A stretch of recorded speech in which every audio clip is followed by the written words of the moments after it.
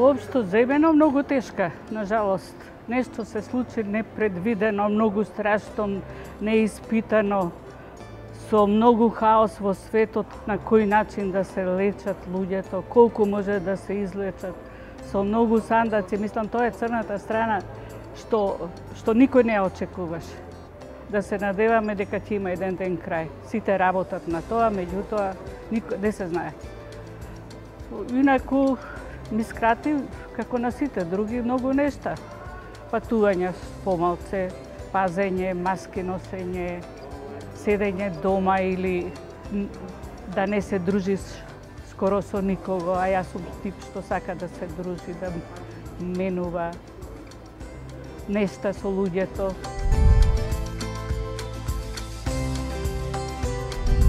Па сега, јас не знам точно, луѓе што ми се јавувале, мислам, во главном се мои познати што ја очекуваат таа книга, се задоволни многу и сакаат да ја имат и ја имат.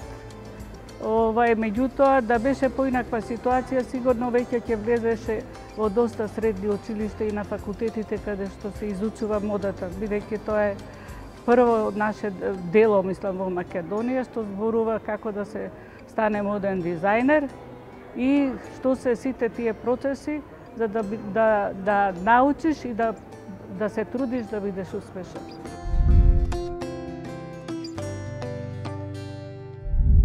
Со Арсламина и понатаму соработувам. Сега е спремивме, текстот е веќе готов, историја на костимот во светот, мислам.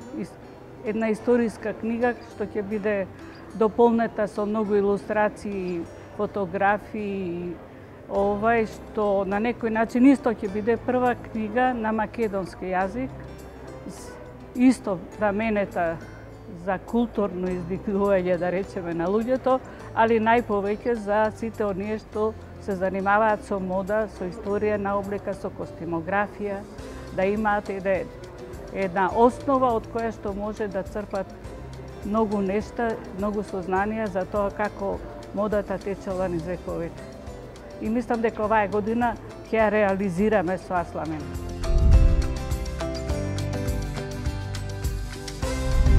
Па короната да ја снема првен, што е основно, да се ослободиме, да можеме кријата да си ги расшириме, да летнеме сите, да не фати короната и се разбира да излезе мојата книга. Затоа што после сакам нешто друго да правам.